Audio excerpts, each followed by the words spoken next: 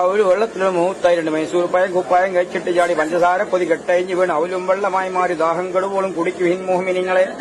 ചെറിയ ബിസ്ക്കറ്റിന് വലിയ ബിസ്ക്കറ്റ് കൊണ്ടടിക്കുമ്പോൾ അതാണ് ഹറാമായ കേരമോട് കളിക്കരുത് പണ്ടാറപ്പഹ. ഇതൊക്കെ എന്ത് നുമ്മ കാണിച്ചാലോ നോക്കോ